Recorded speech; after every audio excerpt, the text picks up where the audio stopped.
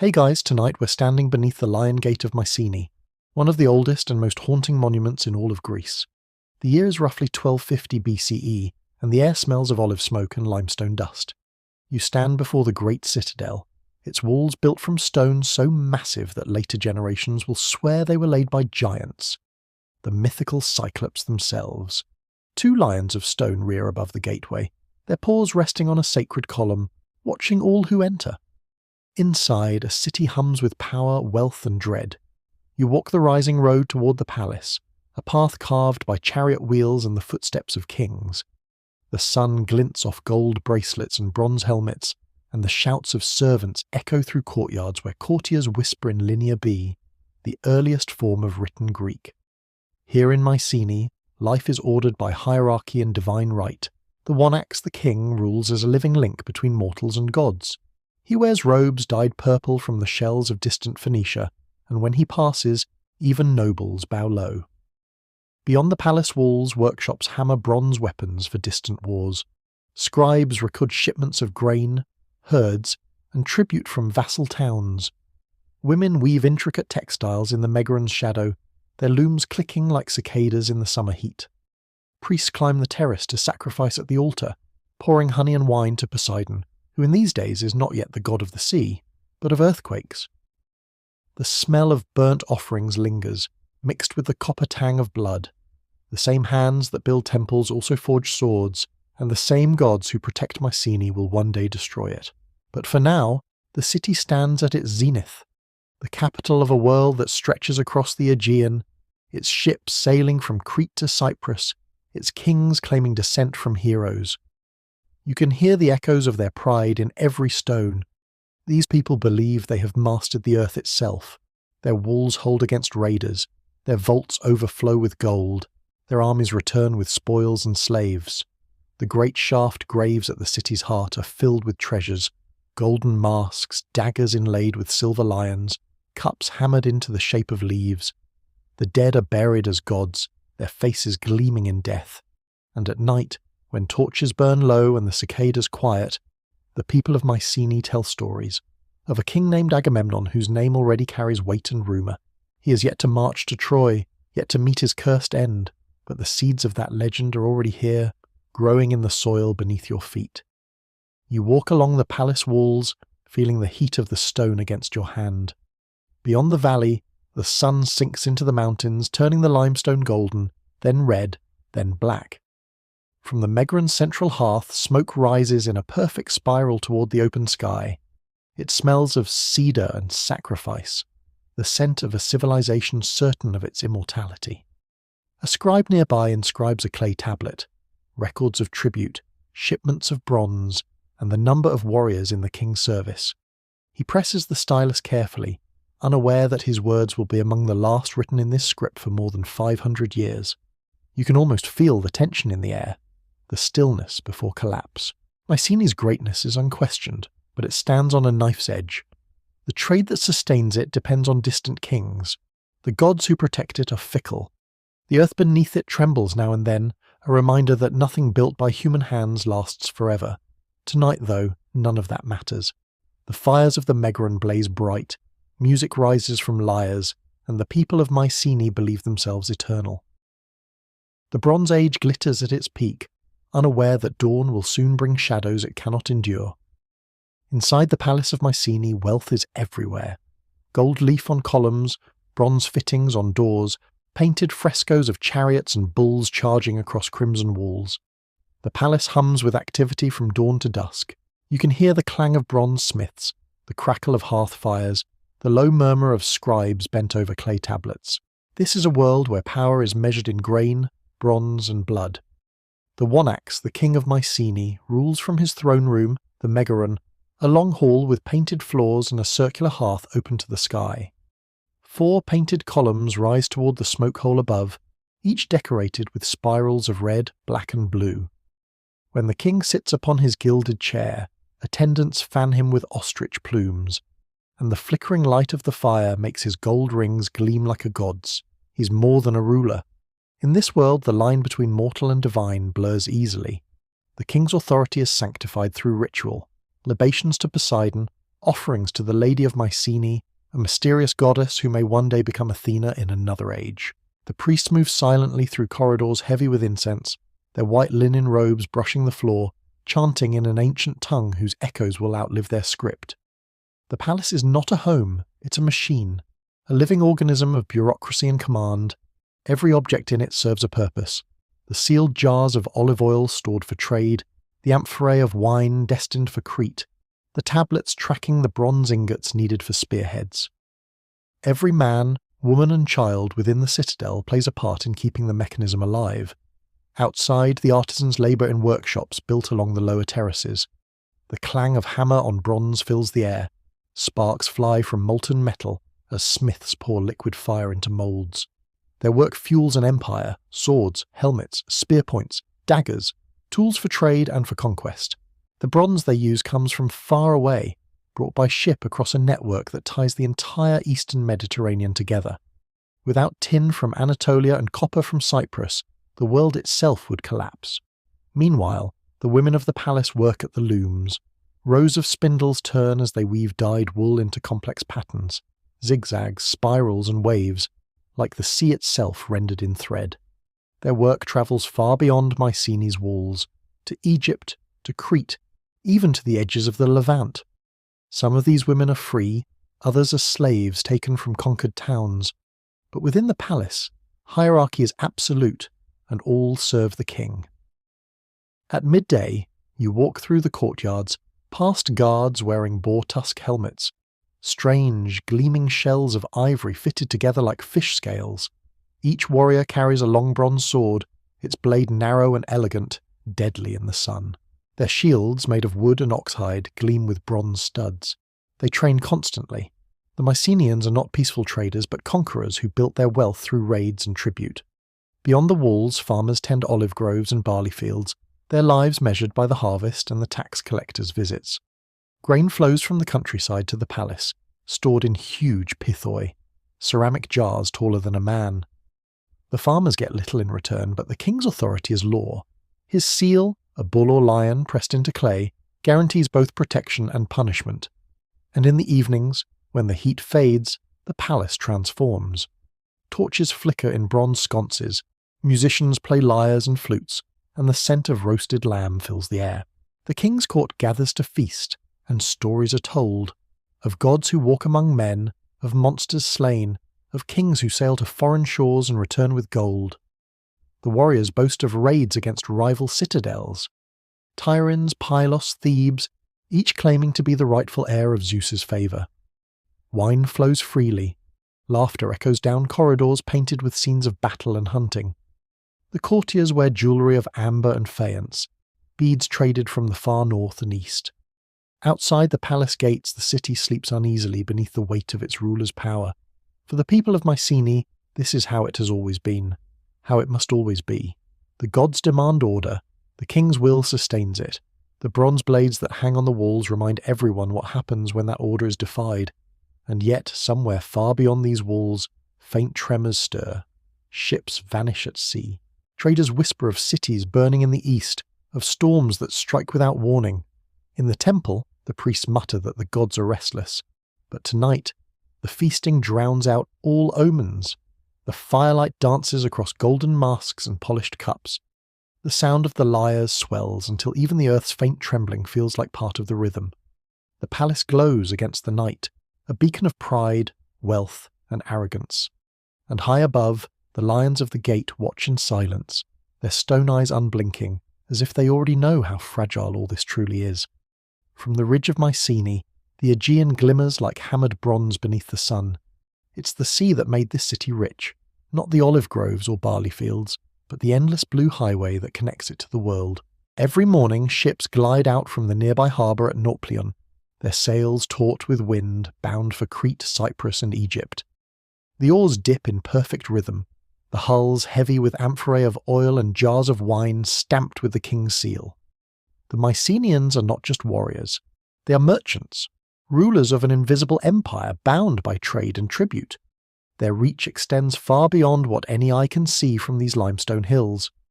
Across the sea lies Knossos, once the great palace of the Minoans, now ruled by Mycenaean governors who wear Aegean armour and speak the tongue of the mainland. To the east rise the cliffs of Anatolia, home of the Hittites.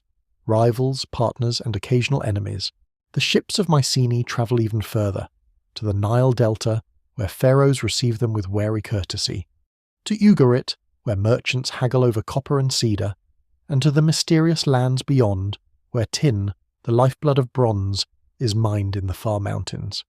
Every link in this chain sustains the world. The kings of Mycenae know it well. Bronze is more than metal, is power itself. Without tin, swords dull and ploughs break. Without copper, the armies cannot march. So the scribes in the palace track each shipment with obsessive care.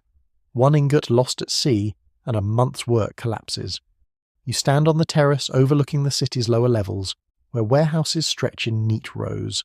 Slaves roll enormous jars of oil toward waiting wagons, while artisans pack boxes with fine pottery, sleek painted vessels that will end up on tables in Egypt or on altars in Canaan. Every transaction ties Mycenae tighter to its world, but also makes it more fragile. Trade brings wealth, but it also brings dependency. Each ship that leaves the harbour carries not just goods, but hope, that the winds will hold, that pirates will not strike, that the foreign kings will honour their treaties. The balance is delicate, and everyone knows it, even if no one dares say it aloud. The Mycenaeans have built their empire not through conquest alone, but through diplomacy, marriage, and fear. Envoys travel between citadels, Tyrians, Pylos, Thebes, carrying gifts of bronze daggers and perfumed oil. Sometimes they carry hostages too, sons and daughters of nobles pledged as collateral for peace. It's a network held together by gold and paranoia. Beyond the citadel, the countryside teems with workers and farmers who feed this machine. Every 10th jar of grain, every amphora of oil belongs to the palace. Taxes are paid not in coin, there is no coinage yet, but in kind, livestock, wool, and labour. The king redistributes it, rewarding loyal nobles and priests, feeding soldiers, and keeping his people dependent. It is a system that works, for now. But you can feel the tension in its perfection. There's no room for error, no margin for disaster. One bad harvest, one blocked sea route, one rebellion, and the entire structure could fall. Inside the Megaron, the king hosts foreign guests. Their robes are strange, their tongues stranger. A scribe translates as merchants from Ugarit describe the unrest to the east. Cities burn along the coast, one warns. Ships vanish. Raiders come from the sea. The Mycenaeans listen but do not believe. Their walls are thick, their gods powerful. Here, behind the Lion Gate, disaster feels like someone else's problem. The merchants depart and the feasting resumes. That night you walk among the terraces outside the palace. The air smells of cedar and oil, and the stars burn with that ancient clarity lost to later centuries. Somewhere below, a shepherd's dog barks. The hills are peaceful, timeless, or so they seem. But if you could listen closely enough, you'd hear the first faint fractures spreading through this glittering world. Earthquakes rumble beneath the sea, distant volcanoes send smoke into the sky. The trade routes that bind empires begin to fray, and far to the east ships are already moving, dark silhouettes against the dawn, their prows carved like beasts, their sails striped red and black. No one knows their names yet, but soon every kingdom from Egypt to Greece will curse them. The scribes of the future will call them the Sea Peoples, for now Mycenae still sleeps in golden splendour, unaware that its lifeline, the very sea it commands, is carrying death toward its shores.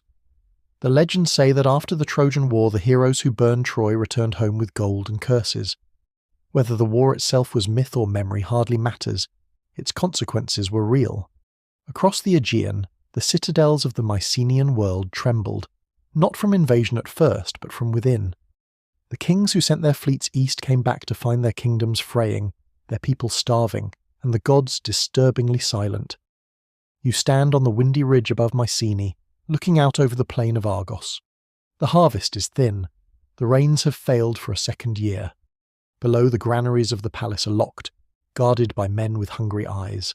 The scent of smoke drifts from the lower town, where farmers burn chaff in desperation, hoping to coax the gods into pity. The priests chant in the courtyards, but their voices sound brittle, rehearsed, as though even they doubt the old magic still works. Inside the palace, the scribes' clay tablets grow frantic.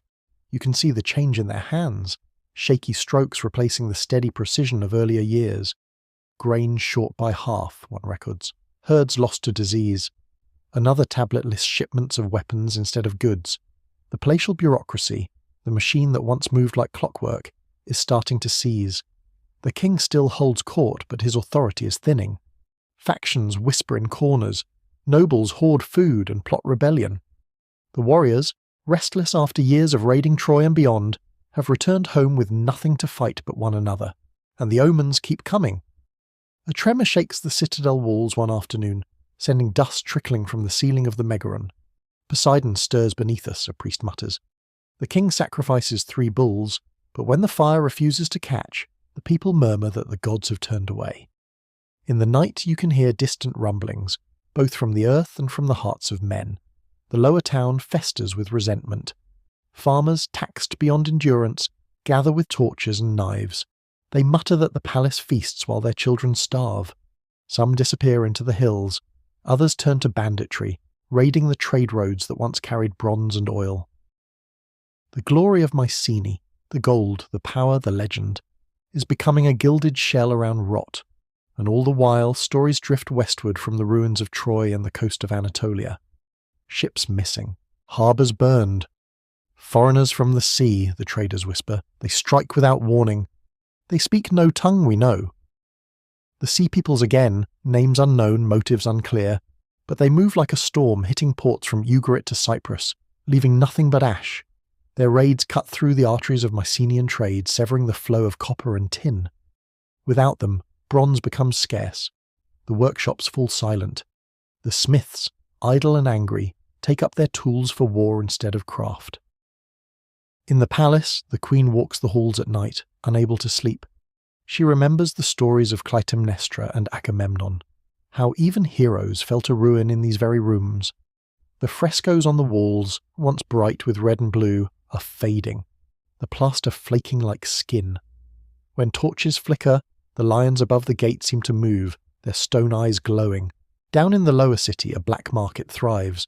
Farmers trade stolen grain for blades. Mercenaries sell their loyalty to whoever has silver left. The old hierarchies are eroding, and chaos spreads through the cracks. One morning, the king's messenger gallops in from the coast. His horse foams at the mouth and his cloak is torn. He collapses in the courtyard, gasping, "Ships! From the east! Fire on the horizon! They're here!" The words ripple through the city like lightning. Bells ring in the temples, guards scramble to the walls, but the people of Mycenae are not ready for another war. The army is thin, the bronze scarce, and the morale gone. That night, the fires from the coast can be seen from the citadel walls. Smoke rises in slow curls, lit orange by the glow of burning towns. The wind carries the smell of salt and ash inland. Somewhere, dogs howl. The courtiers gather in the Megaron, arguing, shouting. Some want to seal the gates, others demand an army be sent. The king, pale and trembling, grips his sceptre. "We are Mycenae," he says finally, his voice brittle. "Our walls are unbroken." No storm can reach us here, but you can feel the unease in the air. The same tremor that shakes the earth now hums through every heart. The people of Mycenae no longer believe their king is divine, and that loss of faith, the slow dying of certainty, is the first true crack in the citadel's foundation. Outside, beyond the hills, the first foreign sails are already glinting in the morning light. It begins, as endings often do, with the trembling of the earth.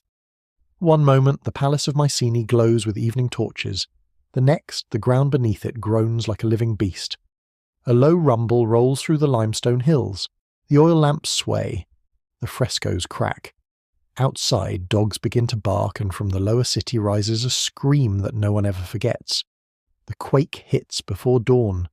The walls, built from stones so massive that poets will later call them Cyclopean, hold at first. But the smaller houses beyond the gate buckle instantly. Roof tiles crash, granaries collapse, and dust fills the air so thickly that it blots out the stars. The great Tholos tombs outside the citadel, those beehive-shaped vaults of kings, shake and echo like hollow drums. One of them, they say, collapses entirely, sealing inside it treasures and bones alike. When the trembling stops, silence falls over the city.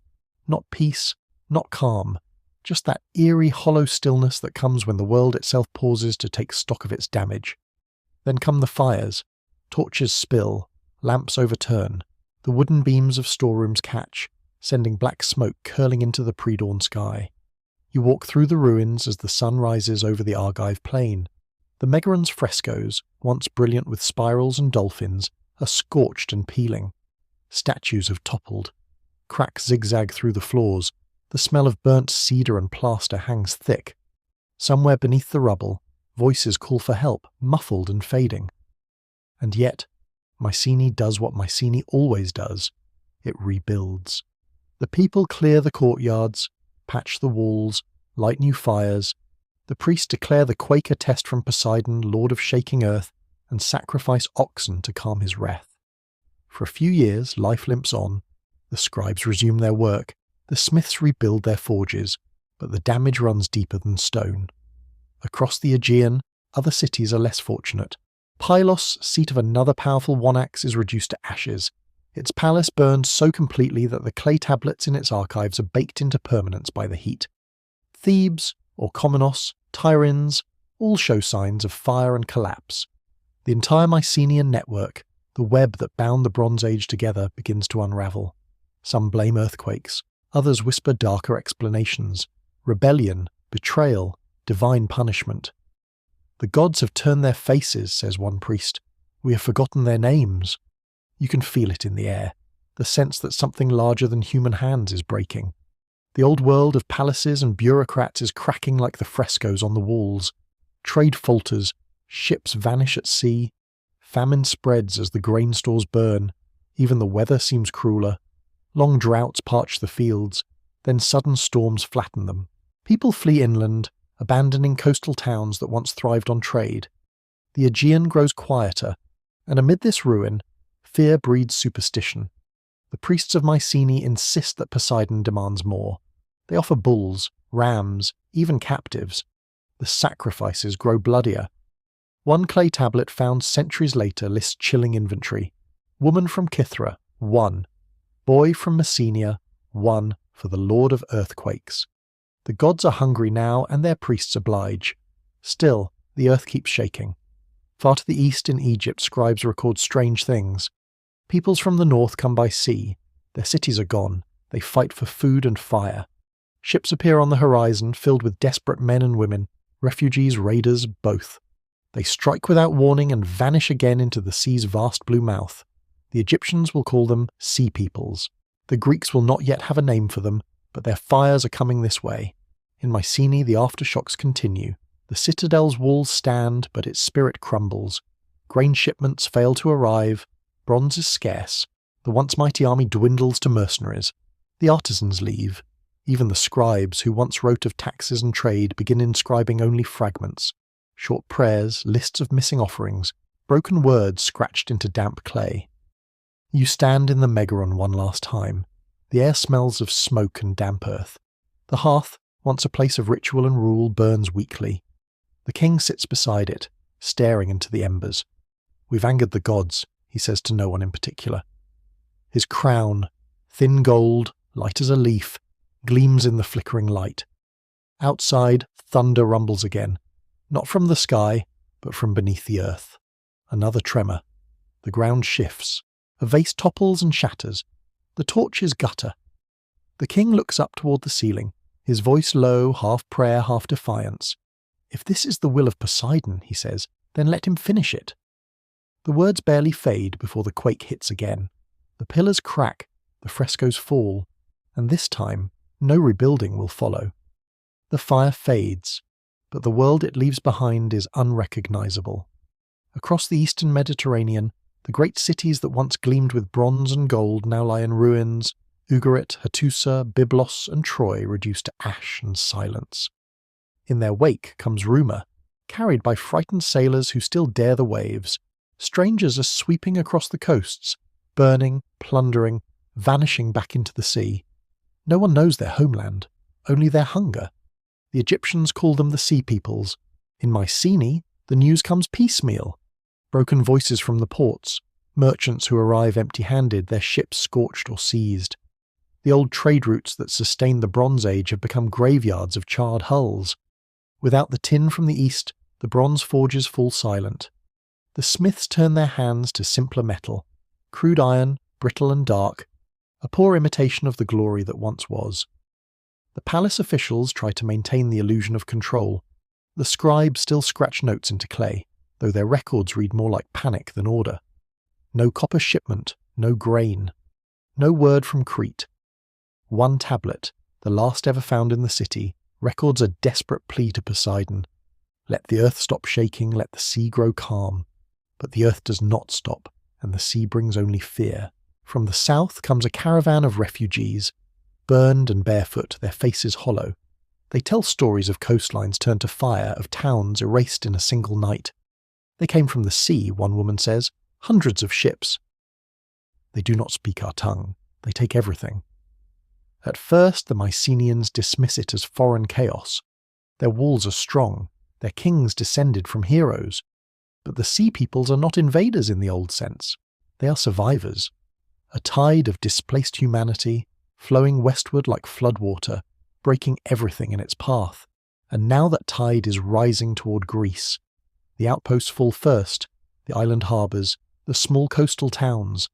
At Pylos, the watchtowers send frantic signals before they too are consumed. Smoke drifts across the sea like a dark omen. Messengers gallop north to warn Mycenae, but few arrive. The roads are dangerous now, haunted by brigands and deserters. Inside the citadel, fear grows. The Wanax, proud and desperate, calls a council. We will stand, he insists, as we did against Troy. Our walls are unbreakable, but the men at his side exchange uneasy glances. The fortifications of Mycenae are immense, yes. But what good are walls when the world beyond them has already collapsed? You walk the battlements as the sun sets, the sky bleeding red over the mountains. In the valleys below, fields lie abandoned, tools rusting in furrows. The silence is unnatural. No merchants shouting, no carts on the road, only the wind sighing through the olive trees.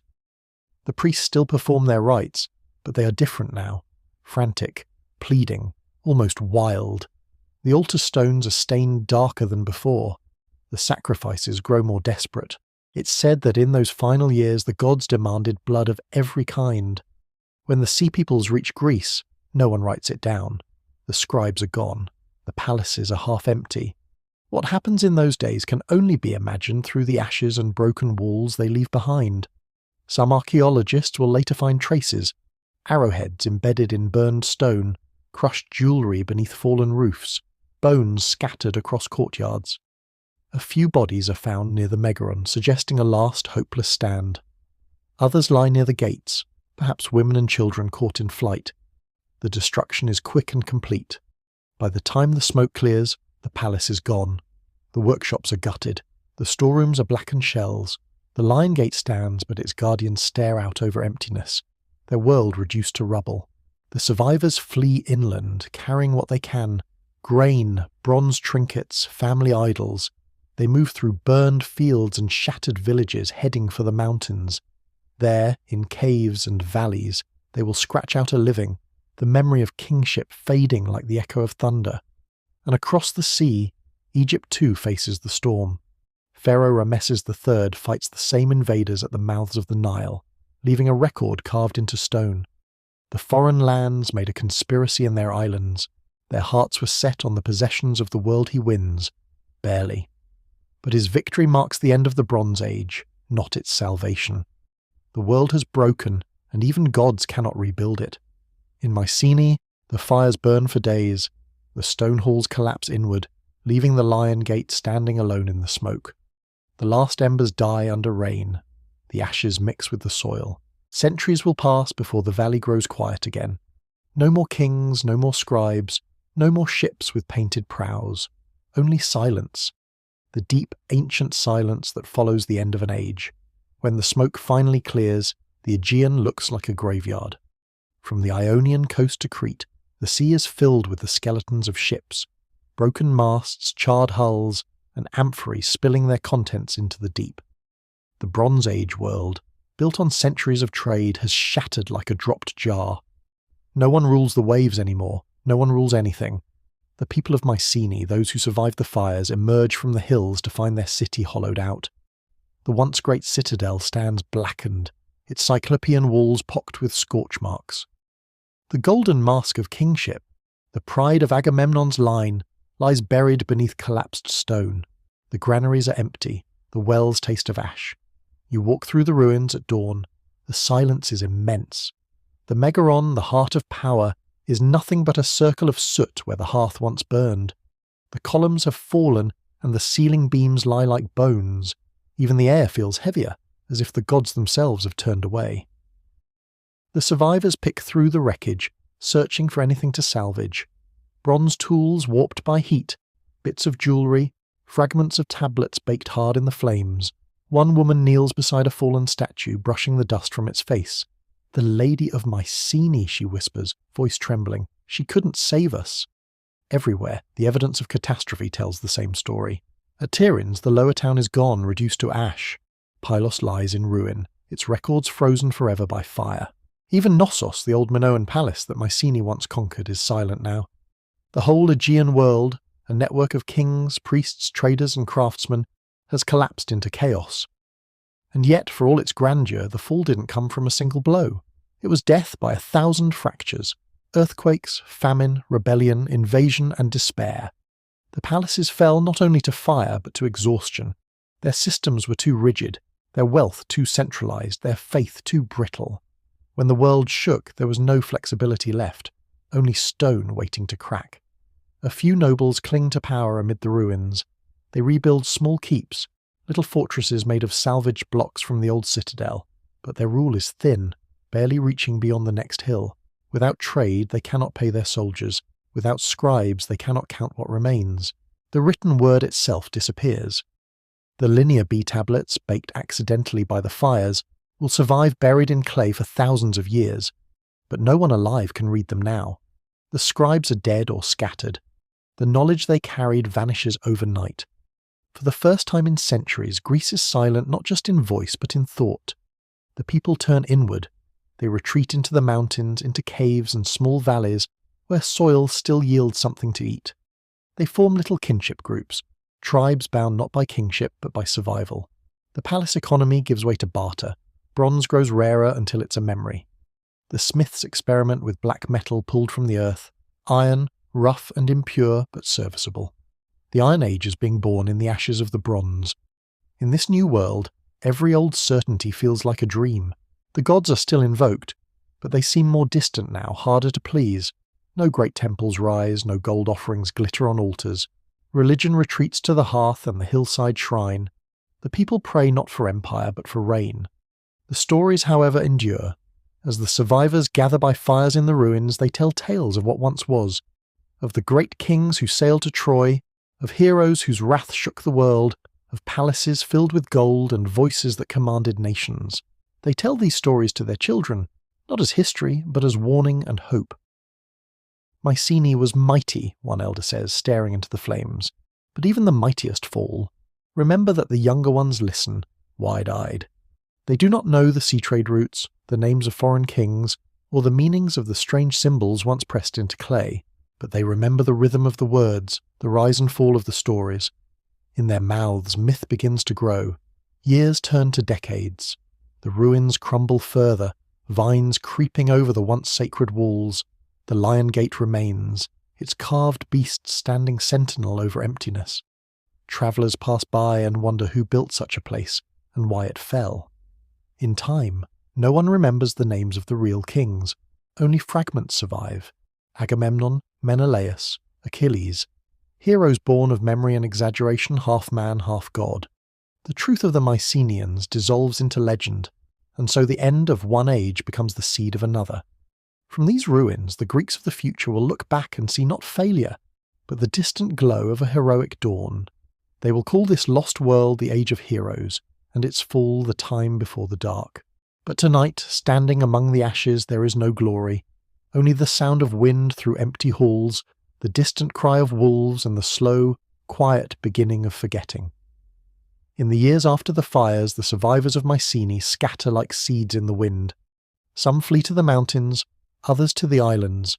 What was once a network of cities and palaces becomes a patchwork of isolated villages, each ruled by whoever can hold a spear the longest.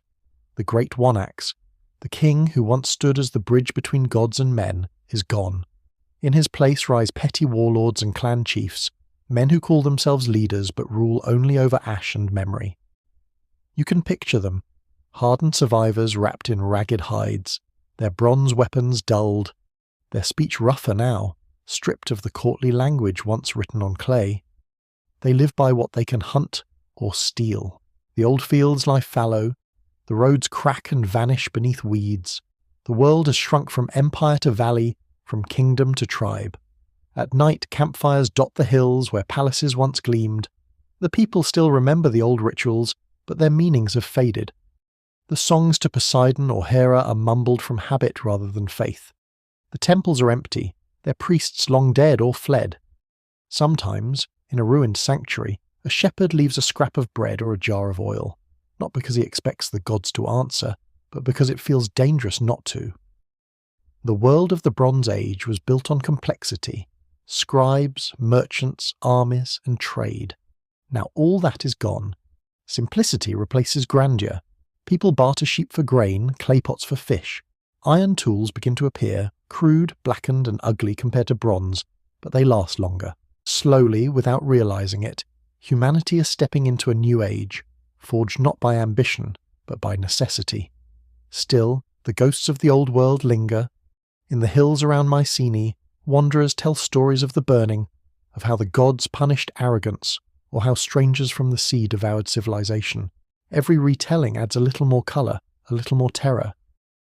They came like locusts, one old man says. Their ships blotted out the sun. In truth, no one knows who they were or where they went.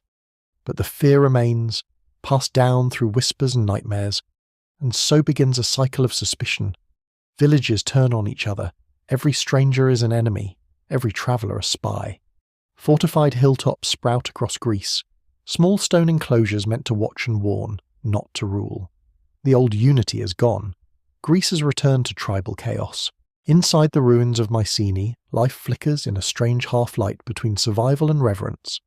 A few families still live among the stones, patching roofs over cracked foundations. They carve new homes into the sides of the old walls, using the Cyclopean stones as shelter. To them, the citadel is both curse and sanctuary, a reminder of the world that fell and the one they must now endure. Children play in courtyards where kings once walked.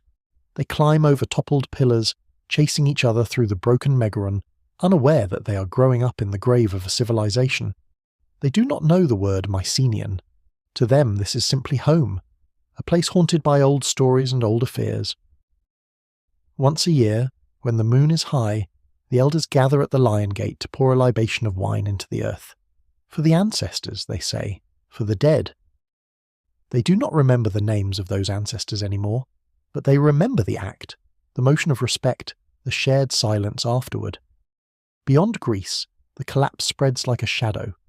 The Hittites vanish from Anatolia. The cities of Syria and the Levant crumble. Egypt survives, but barely, and only by sealing its borders. The great network that once tied the world together, the flow of metal, grain, art, and language, is broken. Humanity retreats into small pockets, cut off and afraid. And yet, amid this darkness, something begins to grow. Something fragile, invisible, but enduring. In the quiet of their villages, the survivors start telling stories, not the bureaucratic records of palaces, but oral tales, songs of loss, of pride, of heroes who once were. They sing of kings who sailed to Troy, of warriors who defied the gods, of homecomings that ended in blood. The singers do not write, they remember. Their words shift and grow with every retelling shaped by firelight and breath. One day, centuries later, those same stories will become the Iliad and the Odyssey, and the fallen world of Mycenae will live again, reborn not in gold but in words. But for now the night is long. The fires of civilization are embers barely clinging to warmth. The wind moves through the ruins, and the lions above the gate stare into eternity, guardians of a silence deeper than death. And below them, the people of the shattered Bronze Age huddle by their meagre fires, telling stories of the time when gods still walked among men, and when men, for a brief, brilliant moment, thought themselves gods. The ruins of Pylos still smell of ash. A century after its burning, the blackened stones remain scattered across the hills like bones, and the ground still yields fragments of clay tablets, melted by heat into strange glassy lumps. The people who live nearby whisper that the place is cursed, that ghosts wander through its crumbled halls at night, murmuring in the forgotten tongue of the scribes, and they may be right. You walk through the desolation in silence. The palace once called the House of Nestor has vanished, consumed by fire so fierce it fused pottery to stone. In the charred debris lie bronze arrowheads and collapsed beams, evidence not of slow decline but sudden violence. Here, the collapse of Mycenaean civilization was no metaphor, but it was literal, absolute, final. At Tiryns, the story is the same. The great fortress by the sea, famous for its monstrous cyclopean walls, is nothing but a maze of soot and rubble. Its lower town has been flattened, its workshops destroyed, and yet someone, or something, fought here. Skeletons are found near the gates, their weapons still clutched in bony hands. Archaeologists millennia later will note the pattern: destruction at every major site, all within a few decades. No single invader could have done it. The scale is too vast, the geography too wide.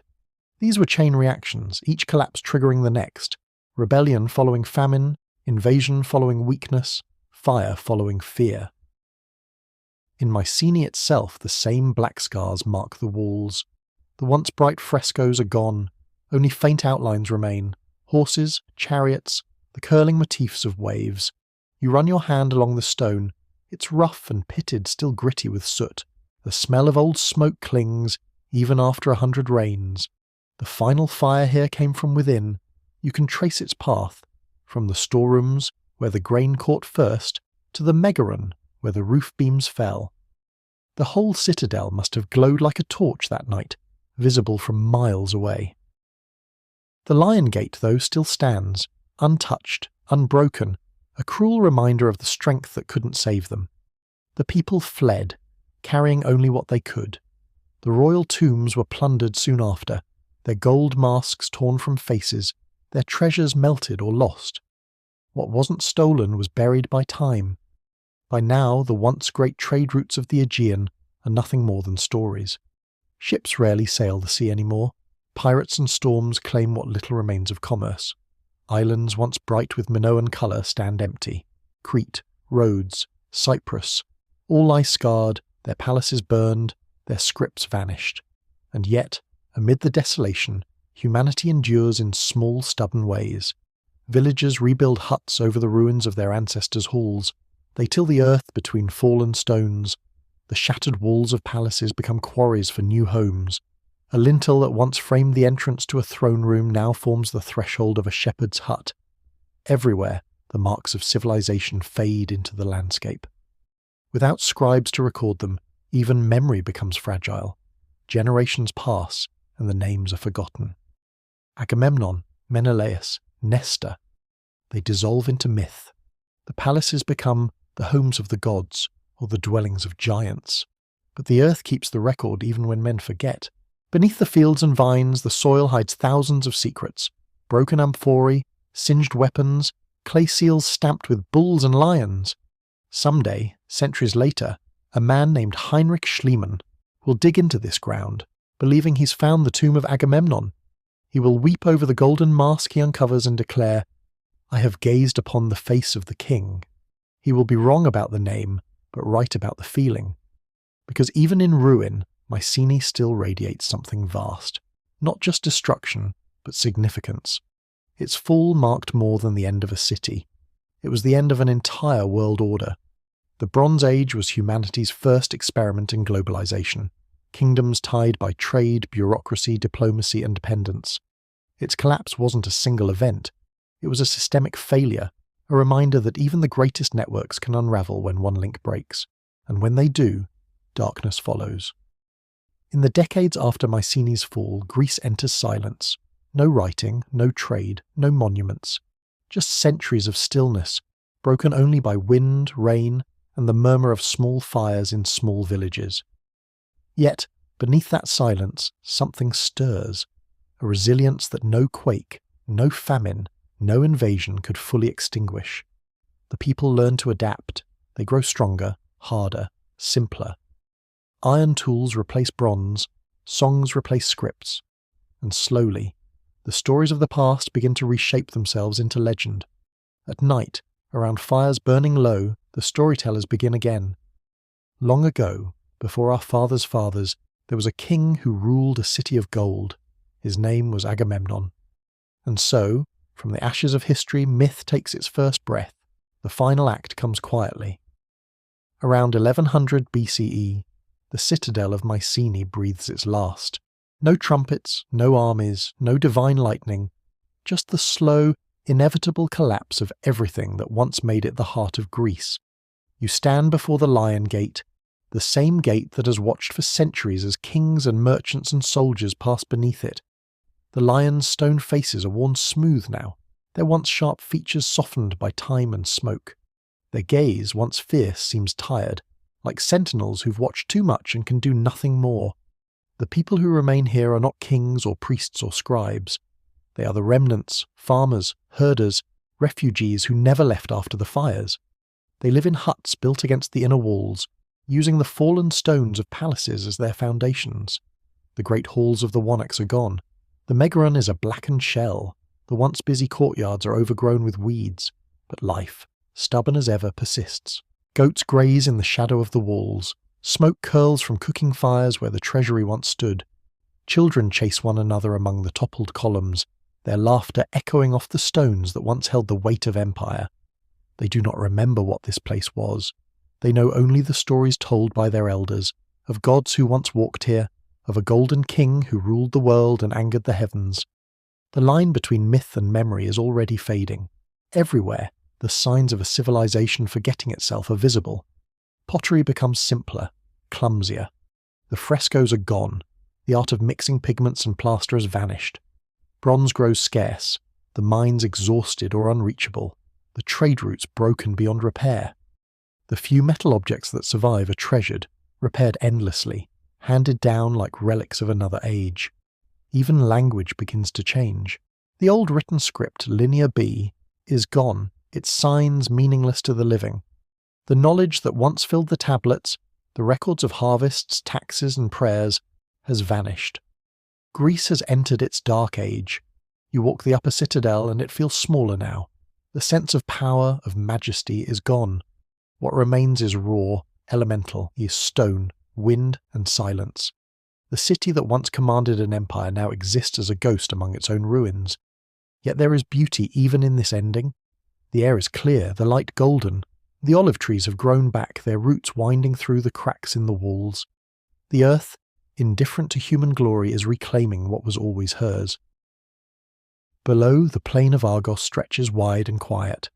Villages dot the hills, small smoke-streaked clusters of huts where people live simpler lives. They do not dream of palaces.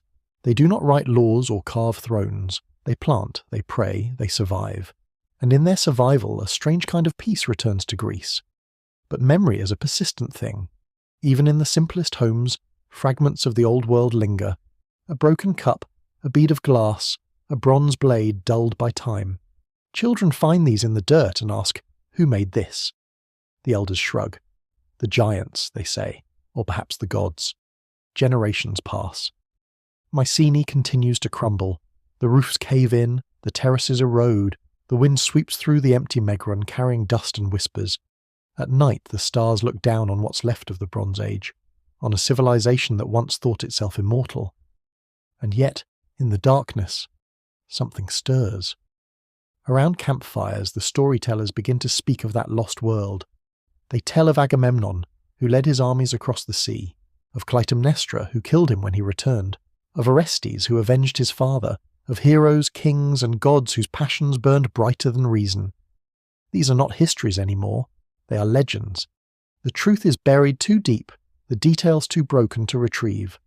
But through these stories, the Mycenaeans, though nameless now, refuse to disappear. 1,000 years later, when Greece rises again in marble and philosophy, poets will come to this place and feel its weight.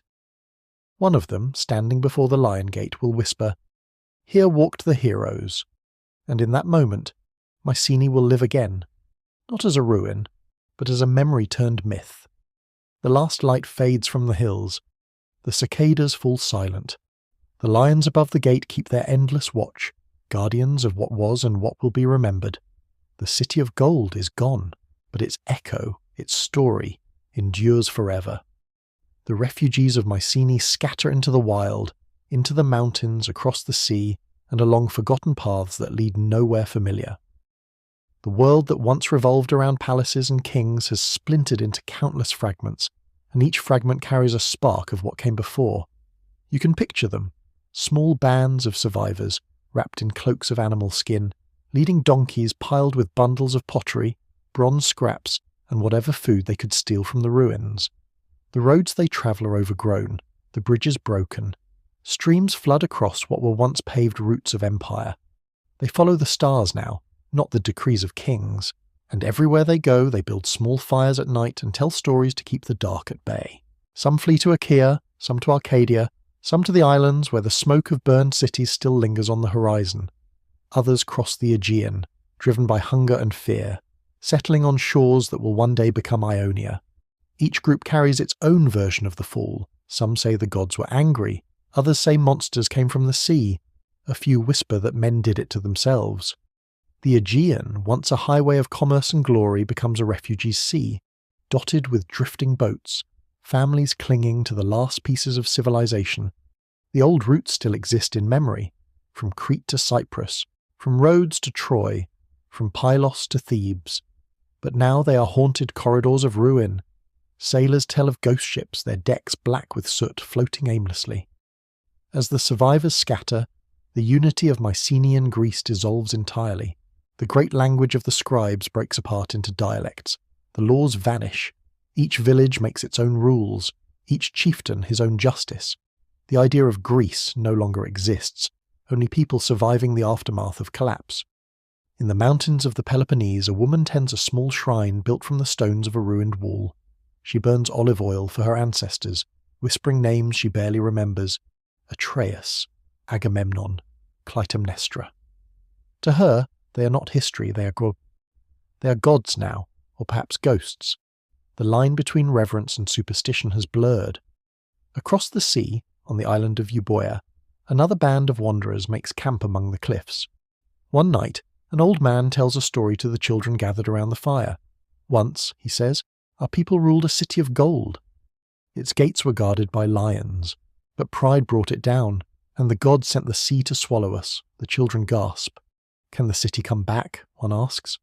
The old man smiles, eyes glinting in the firelight. Maybe, he says, if we remember. That is how memory survives, not in temples or tablets, but in the fragile threads of words passed through generations.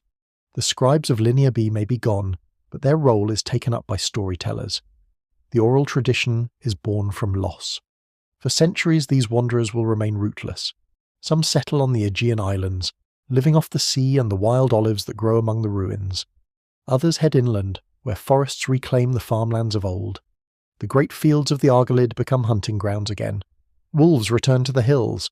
The world feels older now, wilder, closer to the edge of myth than history. And still, the memory of Mycenae lingers, not as fact, but as a feeling. The people who once served kings now speak of the time of heroes. They believe their ancestors were larger than life, half god, half man. And in a way they are right.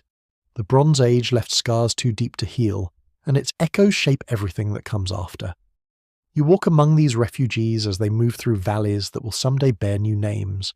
You hear them sing around their fires, low and rhythmic, half lament, half prayer. The words are simple, but the music is eternal, a heartbeat carried through time. The fall of Mycenae did not end Greece, it transformed it. From these scattered people will rise the tribes that later formed Dorians, Ionians and Achaeans, names that will echo in the poems of Homer, names that will shape the Greek world forever.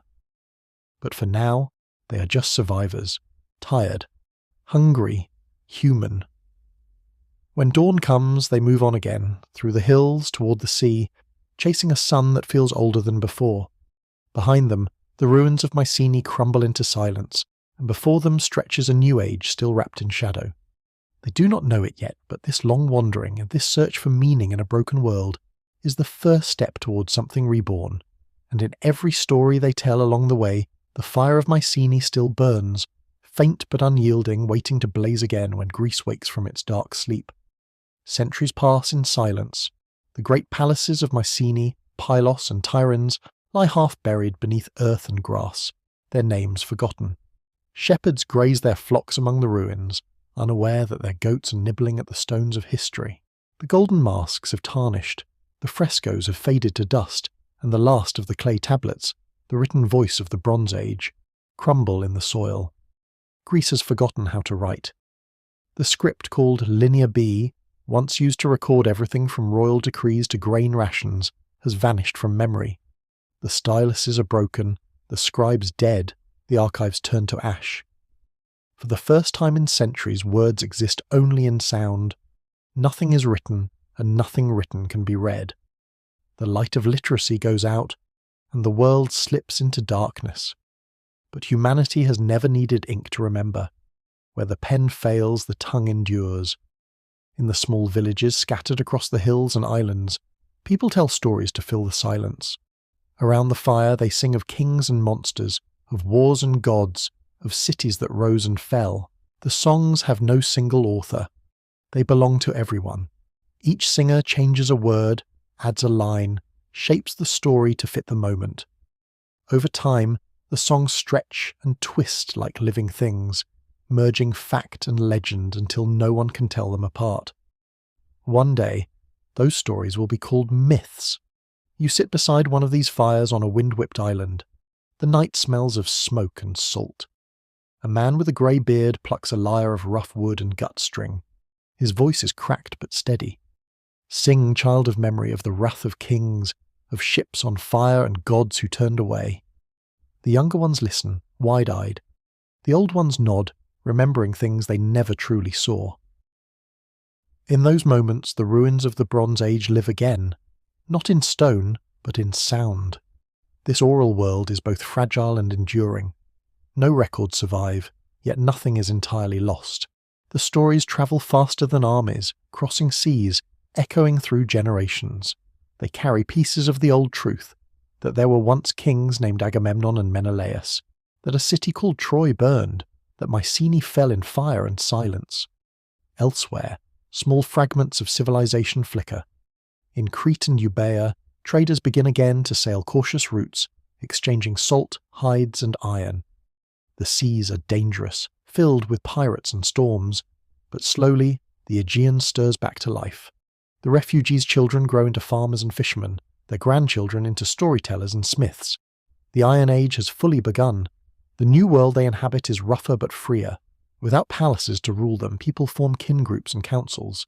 Chiefs rule by strength, not divine right. The gods themselves change with the times. The old Mycenaean deities, obscure and regional, merge into new, more human forms. Zeus, Athena, Poseidon. The pantheon begins to take shape from the ashes of the old. And through it all, the language changes too. The rigid, formal speech of the scribes softens into something more musical, more alive. The Greek tongue, unchained from bureaucracy, becomes poetry. If you could walk among these people now, you would see no kings or crowns, only herders, potters, warriors, and singers. Yet from their simplicity, a new civilization is forming. The people of the Dark Age are poor in gold, but rich in story. Their songs keep the memory of the Bronze Age alive, not as history, but as identity. The world they describe is already mythic, a time when men fought alongside gods and cities blazed brighter than the sun. To them, it is not past but origin. Centuries later, when writing returns to Greece, a poet, or perhaps many poets, will take these songs and carve them into verse. He will speak of Troy and Mycenae, of heroes and wrath, of ships that blackened the sea. His name will be Homer, and his words will awaken the ancient world once more. Through him, the memory of Mycenae will rise again, not in stone or gold, but in syllables that echo forever. But for now, in this long night of forgetting, the people sit beneath a cold sky, listening to the wind move through the ruins. Somewhere, an old man hums a melody that no one will write down for another 500 years.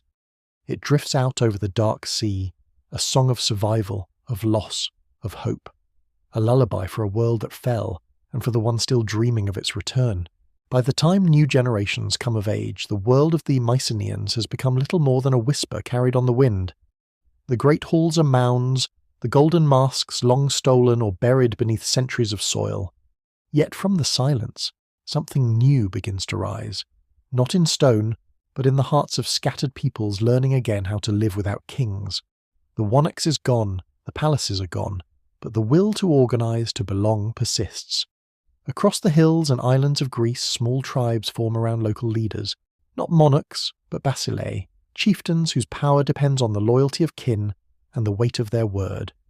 These are men of the earth, warriors and farmers in one, who lead not from marble thrones but from wooden benches around a fire. In this new order, the world feels smaller but closer. Decisions are made face to face. Justice is settled in the open. Each village governs itself. The vast bureaucracy of the old Mycenaean world, the scribes, the courtiers, the endless tablets of inventory, has vanished. In its place grows something rougher, leaner, freer. And with this change comes a shift in technology, quiet but revolutionary. The old bronze blades, symbols of wealth and hierarchy, are replaced by iron.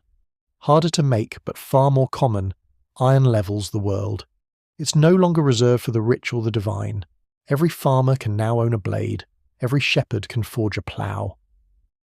For the first time, the tools of life and death belong to everyone. The transition isn't gentle. The early iron is brittle, unpredictable, often useless. But necessity is the greatest teacher, and the smiths, once servants of kings, now become the most respected men in their villages. They are the new alchemists turning black rock into strength. You can hear the ringing of their hammers in every valley, echoing like a heartbeat of rebirth. With the loss of writing, the economy shrinks, but memory expands. In the absence of records, tradition becomes law. People remember not through ink, but through lineage. Who married whom, who owed what, who killed whose cousin. Oral history becomes the spine of civilization. And through it, the memory of the Bronze Age transforms. The once proud kings are no longer bureaucrats and builders, they become heroes. Their failures turn to epics, their battles to poetry. The messy politics of the palaces are forgotten. What remains are the stories worth telling. You can almost hear them forming now, carried from fire to fire. The heroes of old grow taller with every retelling, their deeds brighter, their flaws grander. Agamemnon is no longer just a king. He is a titan of wrath and fate. Achilles is not a soldier. He is the fury of youth made flesh. The gods, once regional patrons of weather or harvest, become cosmic forces. Zeus the ruler of heaven, Athena the wisdom of war, Poseidon the tremor beneath the sea. The past has turned mythic, and in doing so, it becomes eternal. Meanwhile, the Greek world slowly reconnects. Traders from Euboea and Crete begin to sail again, daring the sea routes that once made kings rich. Their ships are smaller, their ambitions humbler, but each voyage brings the faint return of contact, pottery from the east, amber from the north, ideas from everywhere. The Aegean, long silent, starts to hum again with life. On the mainland, the scattered villages grow into chiefdoms, small territories ruled by clans. They are fiercely independent, proud of their lineage, often at war with their neighbours. But out of their rivalry comes resilience. Greece, born again from the ashes, is learning what it means to be many and one at the same time. You can see it in the children running barefoot through the ruins of Mycenae. They no longer fear the old stones. To them, the Cyclopean walls are playgrounds, not prisons. They climb over them, shouting the names of heroes they've never met. "I am Achilles," one cries. "I am the king of Mycenae," another answers, laughing. And in that laughter, something profound is reborn. The darkness that followed the collapse is no longer an ending, it's a beginning. The people of Greece are rediscovering the world not as subjects of kings, but as citizens of stories. The age of gold is gone, but the age of identity is dawning. From clans will come city-states, from songs will come epics, from the ruins of the past will rise the foundation of the Western civilization. But here, in this fragile dawn, all of that lies far ahead. For now, there is only the clang of iron, the flicker of firelight, and the murmur of names once whispered by gods. The Bronze Age is dead. But Greece, in its darkness, is learning to dream again. As the centuries roll forward, the stories that once flickered in the firelight begin to take shape. Longer, richer, more detailed, carrying the weight of generations. They're no longer just the laments of a fallen age, but the blueprint for a new one. From the ruins of Mycenae, the Greeks have inherited not palaces or gold, but memory. And that memory is transforming into myth. You sit beneath a canopy of stars somewhere in the highlands of Arcadia. The night is still, broken only by the chirping of insects and the soft strumming of a lyre. Around the fire, people lean forward, faces aglow, as a young bard recites the story of a hero who once fought before the walls of Troy. The language is simple yet profound, half prayer, half poetry. Sing of the anger goddess, of a man born to glory whose pride brought ruin to his people. The listeners don't know it yet, but they are hearing the first breaths of Homeric Greece. The tales of Mycenae, once half forgotten, are being reborn through rhythm and voice. The Great Collapse is no longer tragedy, it's prologue. The bards, the oidoi, are the new keepers of civilization. They remember what writing once recorded, shaping history into song so it can survive the mouths of men. They travel from village to village, from island to island, bearing no crown, no banner, only the stories that connect all Greeks to a single lost past. Each retelling polishes the legend further. The kings of the Bronze Age, Agamemnon, Nestor, Menelaus, become symbols of leadership and hubris. Their fall becomes moral lesson as much as memory. The war against Troy is no longer a campaign of greed and revenge, but a cosmic drama, a tale of gods and men intertwined. The Mycenaean world, in all its cruelty and grandeur, becomes the age of heroes, a time larger than life, when mortals walked beside the divine. And in a strange poetic twist, this new Greece, poor, scattered, illiterate, finds unity not through empire, but through imagination. As the generations pass, the songs evolve into epics. They grow long enough to fill whole nights of recitation. The bards compete, each adding flourishes. A new simile, a sharper phrase, a god's glance described more vividly than before. The language itself becomes an art form, a tapestry of sound. Somewhere, in a century still far ahead, one of these poets, or perhaps many working as one voice, will shape the final form, the Iliad, the Odyssey. But their roots are here, in the ruins of Mycenae, and the silence that followed its fall. Meanwhile, the physical landscape continues its slow transformation. The Cyclopean walls still stand, though the people now think they were built by giants. The tombs of kings are said to be gates to the underworld. Travellers leave offerings at their entrances, bits of bread, olive oil, coins. The boundary between archaeology and legend blurs until they become one. In the new villages, children play games named after heroes. They race like Achilles, wrestle like Ajax, argue like Odysseus. Their teachers, often old bards or priests, use the tales not just for entertainment, but for education. This, they say, is who we were, and who we could be again. The Dark Age begins to brighten. Contact with the East resumes. Phoenician traders bring exotic goods, strange alphabets, and news of distant empires. The Greeks, curious and clever, borrow what they need and make it their own.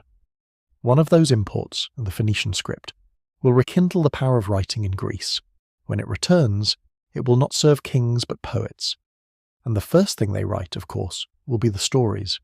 You walk once more to the ruins of Mycenae. The air is cool, the grass tall, the walls silver in the moonlight. The lions above the gate still watch, eternal and unreadable.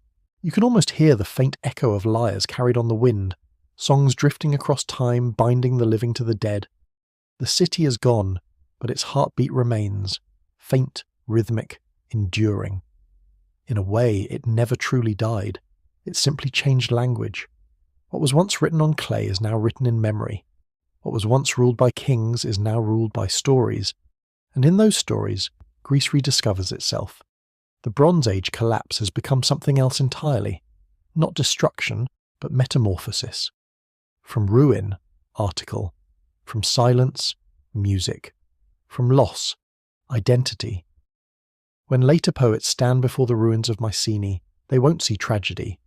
They'll see the birth of heroism, the spark of culture, the dawn of the Greek soul. And as the stars shimmer above the Argive plain, you realize the truth the ancients somehow always knew. Civilizations fall, but stories last forever. By the dawn of the first millennium BCE, Greece is stirring again. The silence that followed the fall of Mycenae is finally breaking, and the first light of a new civilization glimmers across the hills. From the ashes of palaces rise villages, and from the chaos of tribes comes a new kind of order, one that will define the future. The people who now inhabit the land no longer call themselves Mycenaeans. They have no memory of Linear B, no recollection of the golden age that crumbled before them. Yet unknowingly, they carry its essence, the instinct to build, to trade, to tell stories, to reach beyond their small horizons. You walk through one of these reborn settlements, Lefkandi, on the island of Euboea. Smoke rises from small hearths, the air thick with the scent of olive oil and fish. The houses are simple, mud brick and thatch, but the people within them are curious, inventive, alive. They work iron into ploughshares and blades, they weave new patterns into their cloth, they bury their dead with care and ceremony. Here, for the first time in centuries, you can feel the pulse of progress again. A woman paints pottery with graceful spirals, the first new art in generations. A blacksmith hammers iron with confidence. Children trace shapes in the dust that resemble letters they have seen on foreign goods brought by sailors from the east. The Greeks are learning again. The Phoenicians arrive with their ships bringing purple dye, fine glass, and, most importantly, the alphabet. It is simple, flexible, beautiful. For the first time since the fall of the palaces, words can be recorded again, and this time they belong not to kings and bureaucrats but to poets and common people. The alphabet democratizes memory, and when the Greeks take it, they change it, adding vowels, adapting it to their own language. In doing so, they invent something entirely new, the written Greek word. It spreads like fire. From Euboea to Athens, from the Aegean islands to the mainland, the letters flow across clay and stone, reviving the art of writing, not as record-keeping, but as expression. And what do they write first? Not laws, not ledgers, poems. The first words inscribed in this new script are lines of verse, fragments of song, the echoes of the Bronze Age transformed into art. The memory of Mycenae, long carried by the bards, now finds permanence again. The cycle is complete. What was once spoken in the dark is once more written in the light. The epics take shape in this reborn Greece. The Iliad and Odyssey are no longer just songs told in smoky halls. They are codified into verse that will survive for thousands of years. They weave together everything that the collapse destroyed, history, legend, grief and glory, into something immortal. Through Homer's words, the ghosts of the Mycenaeans rise again. Agamemnon commands once more, Achilles rages again, Troy burns again. But this time the telling belongs not to kings or priests, but to the people, to every Greek who can listen, recite, or dream. And slowly, through these shared stories, a new identity takes shape. The scattered tribes begin to recognize themselves as part of something larger. They are no longer refugees of a broken age. They are Hellenes, heirs to heroes. In the centuries that follow, the seeds planted in this era will bloom into the city-states, Athens, Sparta, Corinth, Thebes, each with its own laws, gods, and pride. Yet beneath all their rivalries they will share one unspoken inheritance, the memory of what was lost and what rose from its ashes. Even as philosophers one day argue in marble halls and playwrights fill theatres with divine tragedy, they will speak of the same truths born here, that power fades, that pride destroys, that only wisdom and art endure. And all of it, every temple, every poem, every idea that shapes the Western world, begins here, among the ruins of Mycenae, when the people who forgot how to write learned how to remember again. You stand once more before the Lion Gate, the stones grey under the morning light. The valley of Argos stretches below, dotted now with small farms and villages. The air is calm, the lions, chipped and ancient, stare forward as if seeing across time itself. They have watched palaces rise and fall. They have watched centuries of silence, and now they watch as a new Greece, leaner, wiser, more resilient, begins to stir beneath them. The Bronze Age is gone, but the story of its fall has become the foundation for everything to come. The past has not vanished, it has simply transformed, becoming myth, memory, and meaning. Somewhere nearby, a young poet sharpens his words, preparing to sing of Troy and of men who dared defy the gods. He does not know he is preserving the heartbeat of a vanished age. And as his song rises over the hills, you can almost hear it mingling with the wind that whispers through the stones. Sing, muse, of what was lost and what endured. And so the story of Mycenae comes full circle, from a city of gold to a whisper on the wind, from the roar of armies to the soft hum of poets. The Bronze Age has long since ended, yet its shadow stretches across every age that follows. Greece has awoken again, reborn not from conquest but from remembrance. You stand once more beneath the Lion Gate centuries after the fires went out. The sun bleeds across the Argive hills, turning the stones warm and honey-coloured. The air is thick with cicadas and the scent of wild thyme. Everything is calm, impossibly calm, as though the land itself is finally at peace. The ruins around you are silent, but they are not dead. Every block, every scarred lintel, every toppled column is a fragment of an unbroken story. The story of how humanity learns, forgets, and learns again. The kings who once ruled here are gone, their names faded into legend, but their legacy endures in a form they could never have imagined. From this silence rose Homer, who turned their fall into song. From Homer came Greece, who turned song into civilization. And from Greece came the world that still tells their story, our story, in every classroom, every theatre, every word that dares to ask what it means to rise and to fall. You walk through the Megaron, now open to the sky. The floor is cracked, grass growing between the stones. Where the throne once stood, a butterfly flits in the sunlight. You can almost hear the faint echo of footsteps, the murmur of courtiers, the clang of bronze on stone. But when you turn, there is only wind, soft, unhurried, eternal. This is how history survives, not as monuments but as echoes. The palaces crumble, the kings die, but the story, the memory, endures. It moves from clay to song to word, from word to us. In the end, the fall of Mycenae wasn't destruction, it was transformation. The collapse of the Bronze Age wasn't a tragedy, it was a rebirth. The people who fled into the mountains became the ancestors of philosophers, artists and thinkers who would one day reshape the human mind. The ashes of their world became the soil from which Greece itself would grow. And maybe that is the oldest lesson of all, that every civilization believes it will last forever.